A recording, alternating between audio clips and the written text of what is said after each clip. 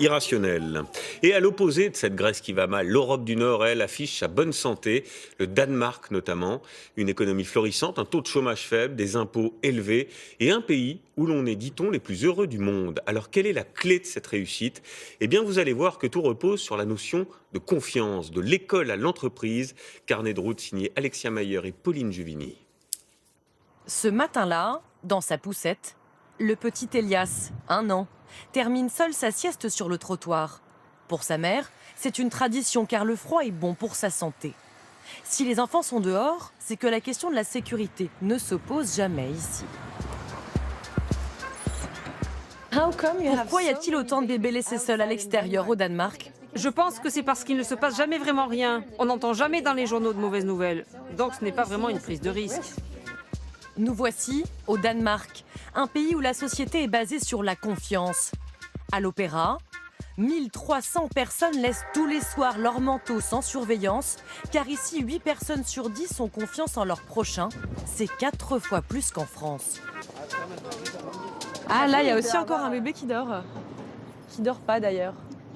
Et là, a priori, la maman, elle doit être à l'intérieur. Et là, par exemple, a priori, elle est là. Elle les surveille, oui.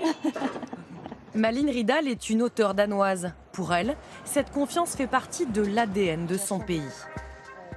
Pour nous, ça nous semblait tellement naturel d'accorder la confiance aux autres et aussi, nous, se comporter comme quelqu'un à qui on peut faire confiance. C'est une manière beaucoup plus positive et il y a une sérénité quand même de la manière d'aborder la vie quand on fait confiance aux autres.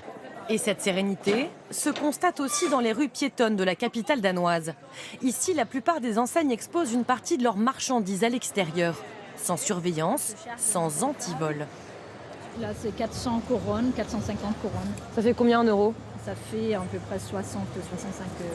Il y a 600 euros de ce côté-là. Pareil ici, donc il y a 1200 euros de marchandises et pourtant c'est à l'extérieur.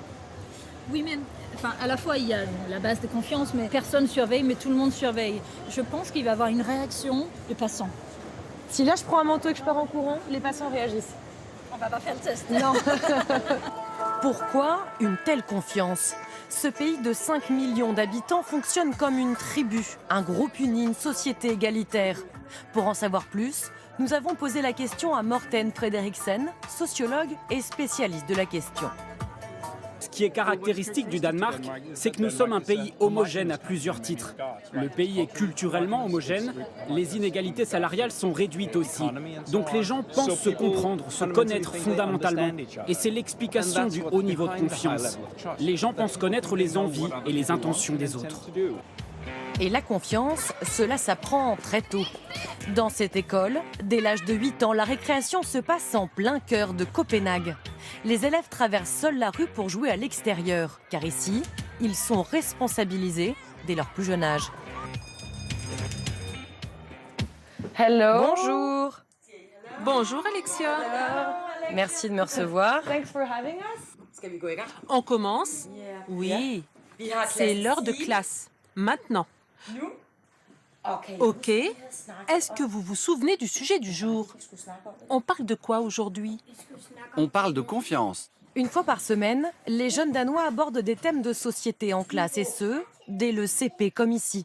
Ces discussions d'1 heure développent très tôt leur empathie. Ça fait quoi d'avoir confiance? Et en qui on a confiance? Escar? On doit faire confiance à tout le monde. Tu trouves tout simplement que l'on doit faire confiance à tout le monde. Tu as un exemple? C'est beau ce que tu dis. On ne doit pas simplement penser qu'à soi, il faut aussi penser aux autres. Il faut être gentil avec les autres et se mettre à leur place. Résultat, la confiance est profondément intégrée à toute la société. Le Danemark est le pays le moins corrompu au monde. 8 personnes sur 10 ont donc confiance en leurs institutions. Et conséquence inattendue, les Danois sont enchantés de payer des impôts, même très élevés. Pour le comprendre, nous sommes allés rencontrer cette famille. Merci de me recevoir. Merci Je suis en train de préparer le dîner. Klaus Krad et Merete Reinholdt sont imposés à 47%. Ils vont servir à ce qu'on a des bonnes écoles. C'est gratuit aller chez le médecin, on ne paye rien. C'est gratuit à l'hôpital, on ne paye rien. C'est tout le contrat de confiance qu'on a entre Danois et l'État et les individus, quoi. Un contrat de confiance qui pourrait même se transformer en bénéfice. La majorité des entreprises danoises l'ont compris. Bonjour. Bonjour. Bienvenue. Merci. Dans cette entreprise de programmation informatique de près de 100 personnes, pas de contrôle des horaires ni de l'efficacité des salariés. Au Danemark, la majorité des entreprises appliquent ces rapports de confiance au travail. Pour Jacob Stempe, le président, c'est la clé d'une bonne productivité. Dans une entreprise basée sur la confiance, pensez-vous que vous puissiez gagner plus d'argent et que les employés sont plus efficaces? Je pense sincèrement. Je pense que nous avons plus de facilité à garder nos employés et nos clients ici, parce qu'ils sont plus contents. Ce qui veut dire que nous n'avons pas de fuite de talent, ce qui veut dire aussi qu'on garde nos clients plus longtemps que nos concurrents dans le monde. Entreprise, famille, école. Dans ce pays scandinave, la confiance est donc un des piliers de la société. La clé du bonheur? Peut-être bien. Selon les sondages, année après année, le Danemark est le pays où l'on est le plus heureux au monde. Et après la clé du bonheur au Danemark,